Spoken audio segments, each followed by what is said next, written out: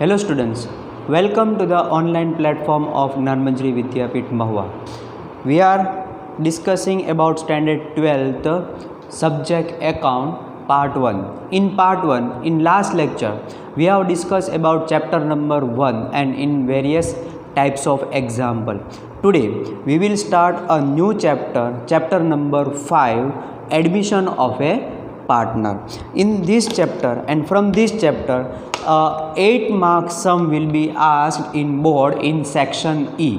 So for this we have to discuss some aspects and which are the terms and condition for admission of a new partner and what change are occurring in the firms. We will study this point in this lecture, and let us start from page number 144, chapter number 5, admission of a partner.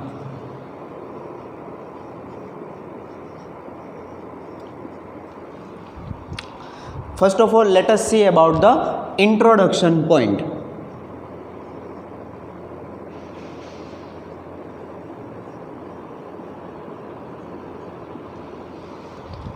Admission of a partner means reconstitutions of the partnership.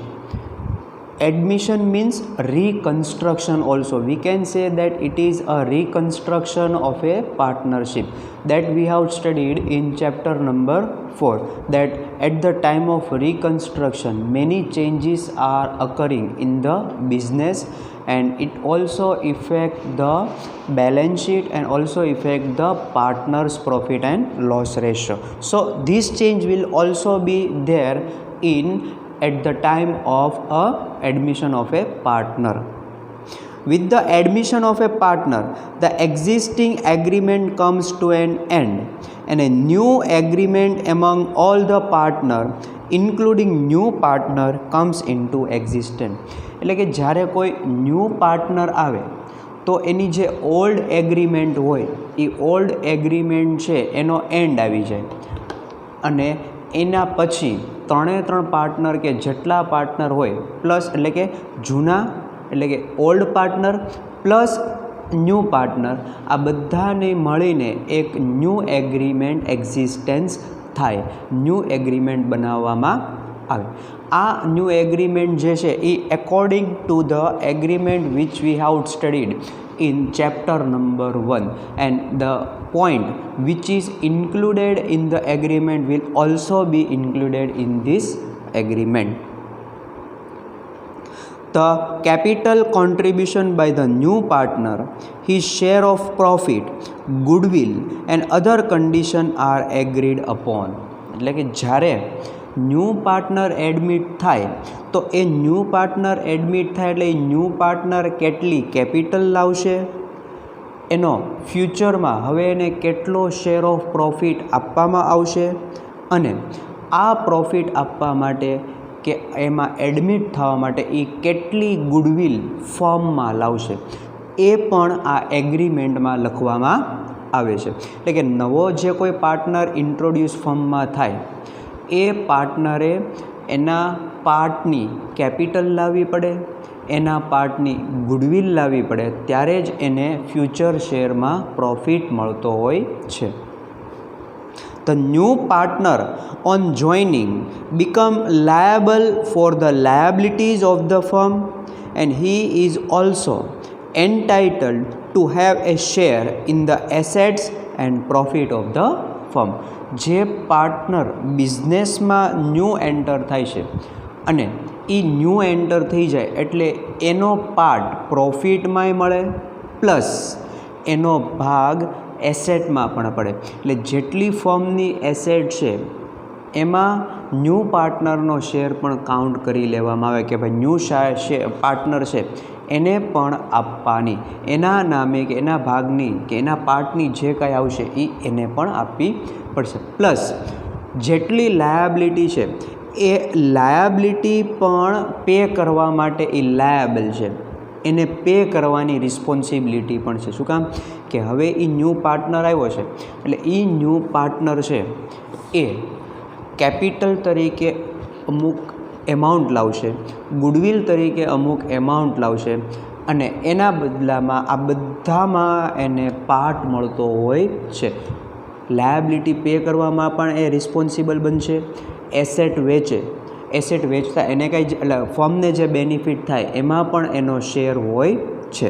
So the new partner who is introducing their capital and goodwill in the firm is liable for a paying liability, and he is also entitled to share in a asset.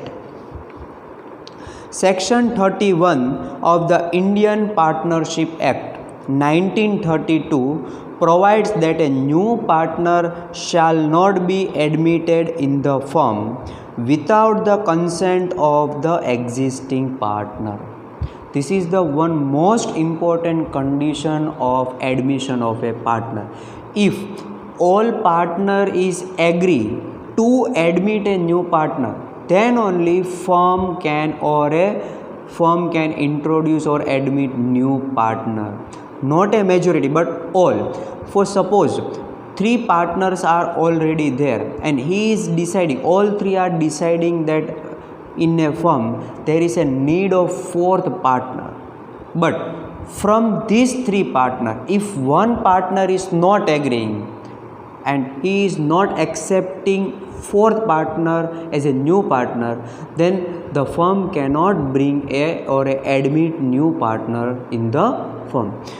ફર્મની અંદર new પાર્ટનરને ત્યારે જ admit કરી શકાય જ્યારે બધા જ partner new પાર્ટનરને admit કરવા માટે એગ્રી થાય. જો એમાંથી એક પણ પાર્ટનર એગ્રી ન થાય તો પણ ફર્મમાં ન્યૂ પાર્ટનરને એડમિશન આપવામાં આવતું નથી. Unless if has been agreed otherwise by the partners in the partnership agreement. અને બીજી કન્ડિશન કે પાર્ટનરશિપના એગ્રીમેન્ટમાં એનું પોઈન્ટ આઉટ હોવું જોઈએ કે આપણે ચેપ્ટર 1માં શીખ્યા હતા કે એની એગ્રીમેન્ટની અંદર બધી ડિટેલ હોય છે. એ ડિટેલની અંદર આ ડિટેલ પણ ઇન્ક્લુડ હોવી જોઈએ. જ્યારે ન્યૂ ફર્મ સ્ટાર્ટ કરો ત્યારે જે એગ્રીમેન્ટ બને તો એ એગ્રીમેન્ટમાં ચોખ્ખું અને ક્લિયર લખેલું હોવું જોઈએ કે ભાઈ ફ્યુચરમાં ક્યારેય જરૂર પડે તો ન્યૂ પાર્ટનરને એડમિટ કરી શકો. આવી પ્રોવિઝન હોય તો એક આ કન્ડિશન, અથવા બીજી બધા પાર્ટનર એગ્રી થાય તો આ બે જ કન્ડિશનમાં ન્યૂ પાર્ટનરશિપ કે ન્યૂ પાર્ટનરને ફર્મમાં એડમિટ કરવામાં આવે. A new partner may be admitted in a continuing firm because of the following reason. હવે ન્યૂ પાર્ટનરને એડમિટ કરવાના ઘણા બધા રીઝન છે. એમાં મેઇન 5 રીઝન અહીંયા ડિસ્કસ કરેલા છે. એ 5 રીઝન મેઇન છે એટલા માટે. બાકી ઘણા બધા આવા રીઝન હોય જેના કારણે એડમિટ કરવામાં આવે. But first reason is when the continuing firm needs additional capital. જે ફર્મ સ્ટાર્ટ છે, રનિંગ છે, એ ફર્મને કેપિટલ શોર્ટેજ ક્રિએટ થાય, એટલે કે પાર્ટનર પાસે ઇનફ કેપિટલ ન હોય તો એ એવું વિચારે કે ભાઈ આપણે કોઈની પાસેથી ક્રેડિટ એટલે કે લોન લેવી, તો લોન લઈએ તો એનું ઇન્ટરેસ્ટ પે કરવું પડે, એનો એક્સપેન્સ થાય. એની કરતાં બેટર એ હોય કે એક પાર્ટનરને ઇન્ક્લુડ કરી દે એટલે એ એના પાર્ટની કે એના શેરની કેપિટલ લાવશે અને એ ફર્મ માટે ઇનફ થઈ જાય. તો આવું વિચારીને પણ જ્યારે કોઈ firm shortage of capital create થાય ત્યારે એક ન્યૂ પાર્ટનરને એડમિટ કરવા માટે એગ્રીમેન્ટ કરી શકે છે. આ ન્યૂ શોર્ટેજ ઓફ કેપિટલ માટે શું કામ કે ફર્મ છે એ બેંક પાસેથી શોર્ટેજ આવે ત્યારે ફર્મ પાસેથી લોન લઈ શકે, આઉટસાઇડર્સ થર્ડ પાર્ટીસ પાસેથી લોન લઈ શકે, પણ એના માટે એને ઇન્ટરેસ્ટ રિટર્ન પે કરવું પડશે. તો ઇન્ટરેસ્ટના કારણે એના પ્રોફિટ રેશિયો ઘટી જાય કે એનો એક્સપેન્સીસ વધી જાય ઇન્ટરેસ્ટ તરીકે. તો એની કરતાં આ એનું બેટર ઓપ્શન છે. શું કામ? બીજી વસ્તુ લોન છે આફ્ટર સમટાઇમ્સ પે કરવી પડશે અને કેપિટલ જ્યાં સુધી પાર્ટનર છે ત્યાં સુધી એને પે કરવી પડશે નહીં. તો આવા બેનિફિટના કારણે એ દરેક જ્યારે શોર્ટેજ ક્રિએટ થાય કે એડિશનલ કેપિટલની જરૂર હોય ત્યારે ફર્મ છે એ ન્યૂ પાર્ટનરને એડમિટ કરી શકે છે. Second one, when the continuing firm require additional managerial ability. જ્યારે ફર્મમાં જેટલા પાર્ટનર છે એ બધા પાર્ટનર્સ ફર્મના આખી ફર્મને હેન્ડલ કરી શકવામાં કેપેબલ ન હોય, because of a big firm or because of shortage of time. So it is necessary two appoint one of the more person to see the activity, see the managerial activities of the firm. For this reason also new partners can be appointed. Third one, when any continuing partner retire or dies. જ્યારે કોઈ old partner છે એ retire થતો હોય અથવા એની death થઈ જાય તો એના રિપ્લેસમેન્ટમાં ન્યૂ પાર્ટનરને ઇન્ક્લુડ કરવામાં આવે. Fourth one, when skilled and efficient employee of the firm need to continue in the firm, therefore he is admitted by the firm as a partner. જ્યારે કોઈ ઇફિશિયન્ટ એમ્પ્લોયી હોય એ company છોડીને જવા માંગતો હોય તો એને આવી એક ઓફર કરવામાં આવે કે તમે કંપની છોડીને નહીં જાઓ, તમને હવે કંપનીની અંદર કે ફર્મની અંદર એઝ એ પાર્ટનર કાઉન્ટ કરવામાં આવશે, કે એઝ એ પાર્ટનર્સ તમને વર્ક આપવામાં આવશે અને પ્રોફિટ પણ પાર્ટનર્સ તરીકે આપવામાં આવશે. આવું શું કામ? એમ્પ્લોયીને શું કામ પાર્ટનર્સ બનાવવા?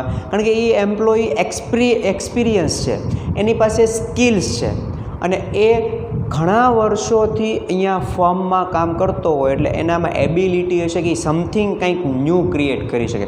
જો એ વયો જાય તો એની ઇફેક્ટ બિઝનેસ ઉપર પણ પડે. તો એવું ન થવા દેવા માટે પાર્ટનર્સ, ઓનર્સ છે એ આવા એમ્પ્લોયીને પાર્ટનરશિપ ઓફર કરતા હોય છે, જેથી કરીને એ કંપનીમાં કે ફર્મમાં જ રહી અને એ એનું વર્ક કન્ટિન્યુ કરી શકે. And fifth one, for the distributions of the partnership firm, risk. દરેક પાર્ટનરશિપમાં રિસ્ક છે. કેવું રિસ્ક? કે લોસ જાય તો એ લોસ પે કરવો પડે. અને એ આપણે તમે શીખી ગયા કે પાર્ટનર્સની લાયબિલિટી કેવી હોય? Unlimited. So for the repayment of loss he has to sell his personal property also. For this reason, if there is a more partner in the firm, then the risk will distributed among the partners, and so risk factor will be decrease of each partner. દરેક partners જેમ વધારે partner હશે ફર્મમાં એમ risk છે એ બધા વચ્ચે distribute થઈ જાય એટલે રિસ્ક બધાને ઓછું આવશે. તો આ 5 રીઝન્સ માટે ન્યૂ પાર્ટનરને એડમિટ કરી શકે છે. એક પોઈન્ટ એ કે જે ન્યૂ પાર્ટનર્સ આવે છે એ કમ્પલસરી એના માટે એવું નથી કે એને કેપિટલ લાવવી જ પડે, એ કમ્પલસરી નથી. એના માટે પાર્ટનર્સ જે એગ્રીમેન્ટ કરે એ પ્રમાણે એને કેપિટલ લાવે તો પણ ચાલે, કેપિટલ ન લાવે તો પણ ચાલે. એ બધા પાર્ટનર મળીને ડિસાઈડ કરશે. The share of future profit which the incoming partner receive is equal to the sacrifice of profit made by the existing partner of the firm. જે ન્યૂ પાર્ટનરને ફર્મને કે ન્યૂ પાર્ટનર્સને જે પ્રોફિટ મળે છે એ પ્રોફિટ છે એ જૂના એટલે કે ઓલ્ડ પાર્ટનર છે એ સેક્રિફાઈસ કરે એટલે એને ન્યૂ પાર્ટનરને પ્રોફિટ મળે છે. The new partner compensate the partner or partners who sacrifice their share in the profit. જે ઓલ્ડ પાર્ટનર સેક્રિફાઈસ કરે છે એને ન્યૂ પાર્ટનર કમ્પેન્સેટ કરે છે. કમ્પેન્સેટ કેવી રીતના કરે? એ કેપિટલ લાવીને પ્લસ કેપિટલની સાથે ગુડવિલ પણ લાવે અને એ ગુડવિલ કોને આપશે? જૂના એટલે કે ઓલ્ડ પાર્ટનરને આપવામાં આવે. એટલે આ રીતે એ કમ્પેન્સેટ. શું કામ? કે જો જૂના પાર્ટનર્સ એનો પ્રોફિટ છે એ શેર અમુક શેર સી એટલે કે ન્યૂ પાર્ટનર માટે સેક્રિફાઈસ કરી દે છે. એટલે પહેલાં જેટલો પ્રોફિટ ઓલ્ડ પાર્ટનરને મળતો હતો હવે એની કરતાં એને ઓછો મળશે. એટલે એ જે આટલું સેક્રિફાઈસ કર્યું એના બદલામાં ન્યૂ પાર્ટનર એને કમ્પન્સેટ કરવા માટે આ રીતે ગુડવિલ અને કેપિટલ લાવે છે. The amount he pays against this sacrifice is called goodwill or premium of goodwill. જે ન્યૂ પાર્ટનર લાવે છે અને ઓલ્ડ પાર્ટનરને આપે છે એને પ્રીમિયમ ઓફ ગુડવિલ કહેવાય. Beside the goodwill or premium of goodwill he also bring in capital to get right in the assets of the firm and goodwill to get right in the profit. કેપિટલનું કામ લાવે new partner? તો કે એને assets અને લાયબિલિટીમાં share મળે એટલે, અને ગુડવિલ હું કામ લાવે? તો કે એને પ્રોફિટમાં શેર મળે એટલે ગુડવિલ લાવવામાં આવે. Amount of capital remains in the firm while amount of goodwill is distributed among the old partner in their sacrificing ratio. જે ન્યૂ પાર્ટનર કેપિટલ લાવે છે એ કેપિટલ ફર્મમાં જ રહેશે, પણ જે ન્યૂ પાર્ટનર ગુડવિલ લાવે છે એ ગુડવિલ ઓલ્ડ પાર્ટનર છે એ લઈ જાય. અને કેવી રીતના લઈ જાય? એના સેક્રિફાઈસ રેશિયોમાં લઈ જશે. નાઉ effects of admission of a new partner.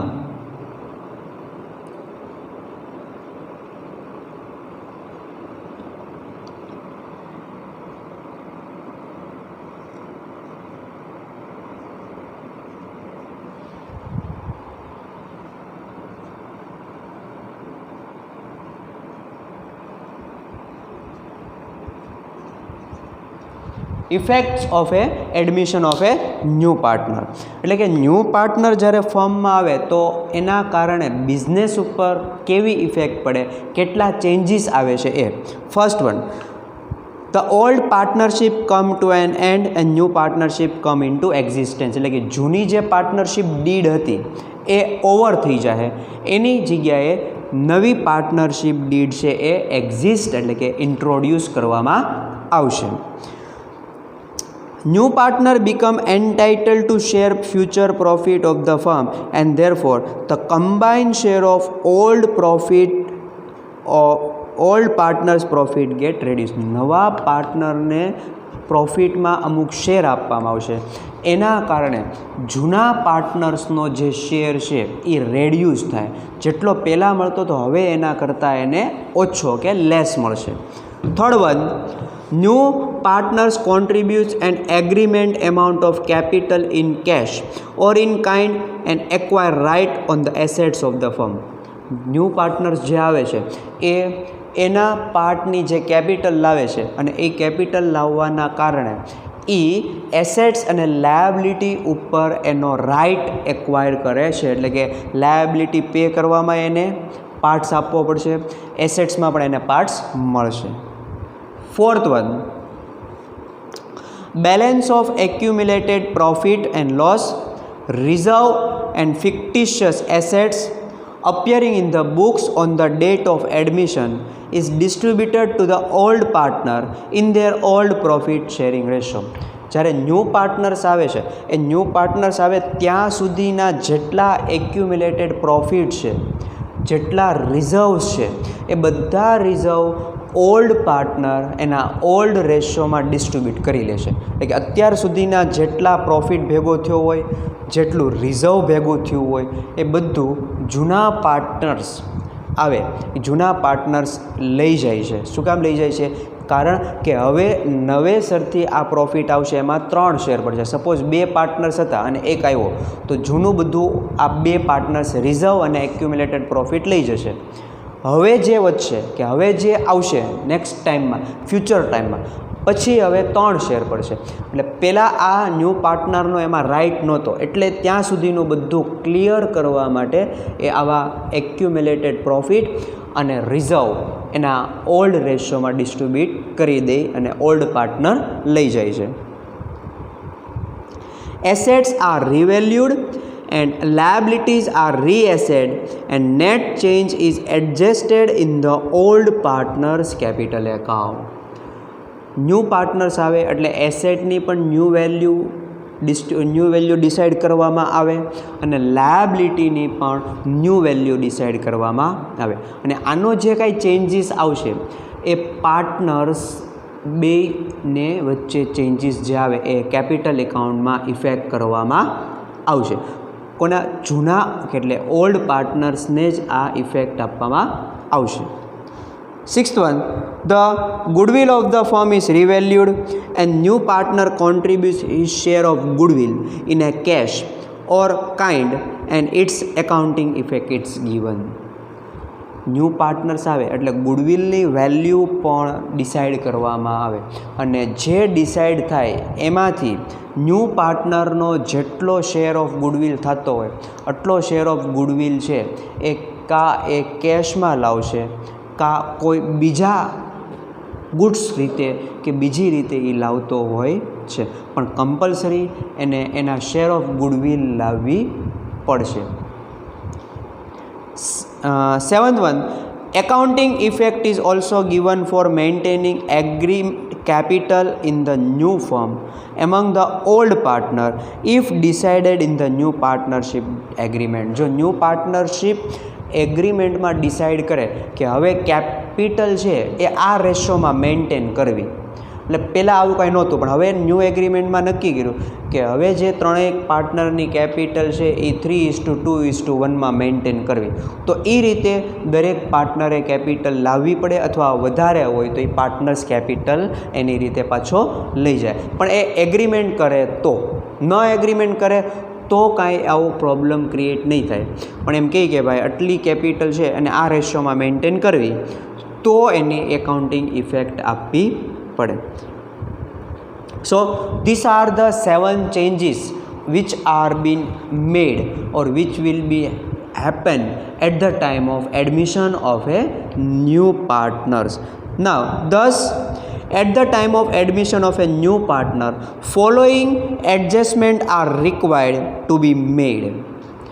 જ્યારે ન્યૂ પાર્ટનર એડમિટ કરે ત્યારે આ 5 પોઈન્ટ એડજસ્ટ કરવા પડે કે 5 પોઈન્ટ ઉપર કન્સિડરેશન કરવું પડે. First one, calculation of new profit and loss sharing ratio and old partner sharing ratio. At the time of admission we have to find first new profit and loss sharing ratio, and second we have to find that is a sacrifice ratio. This both ratio will have to find at the time of admission of a partner. Second one, accounting effect relating to goodwill. The effect of goodwill is also been given to the partner's capital account at the time of admission of new partner, because new partner will bring his share of goodwill and this share of goodwill will be either distributed to the old partner or either it will be retained in the business. So according to the terms and condition, the effect of the goodwill will have to given in the partner's capital account. Third one, accounting effect of profit loss arising from revaluation of assets and reassessment of liability. The effect of the value of increasing of assets or decreasing of assets or increasing of liability or decreasing of liability will be given in revaluation account, and from this effect either a profit or a loss will be arise, and this profit or a loss will be distributed among the old partner in a old ratio, and it will be transferred to the partner's capital account. Fourth one, accounting effect of accumulated profit, loss and reserve. As we have discussed earlier point that at the time of admissions the accumulated profit reserve which are in their balance sheet will have to distributed among the old partner, and it will be distributed in old ratio. And last point is adjustment of change in capital. Due to the admissions of a new partner, the capital of old partner either be increased or it will be decreased. So it change will be recorded on the partner's capital account. So these 5 points are to be remembered, or it should be calculated, or effect should be given for this 5 points. Now third point is change in profit and loss ratio.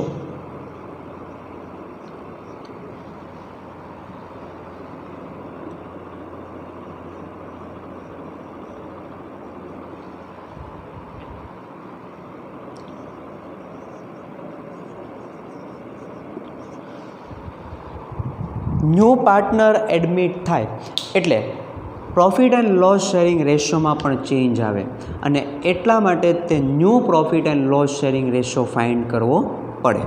The new partner acquires some share out of the future profit of the firm which is sacrificed by the old partner. નવા પાર્ટનરને અમુક share મળશે અને એ share કોની પાસેથી મળશે? Old partner પાસેથી. એટલે old partner અમુક શેર થોડોક શેર સેક્રિફાઈસ કરશે. Consequently, new profit sharing ratio of all the partner and sacrifice ratio of all old partner came into existence after the admission of the new partner. So, because of this reason, these two ratio has to be found. First ratio is new profit and loss sharing ratio and second is profit and loss ratio sacrifice ratio will have to find for the old partners. Thus, following two ratios are required to be calculated at the time of admission of new partner. First one, calculation of new profit loss sharing ratio and second one, calculation of sacrificing ratio. Now, let us discuss the computations of both the proportion in detail.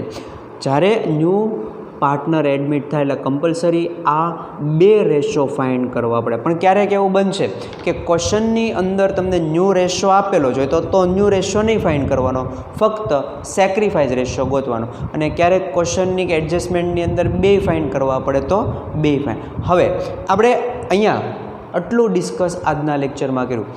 આ કેવી રીતના new ratio find કરવાનો, એના સર્કમસ્ટેન્સીસ અલગ અલગ હશે, એ આપણે next લેક્ચરમાં જોશું.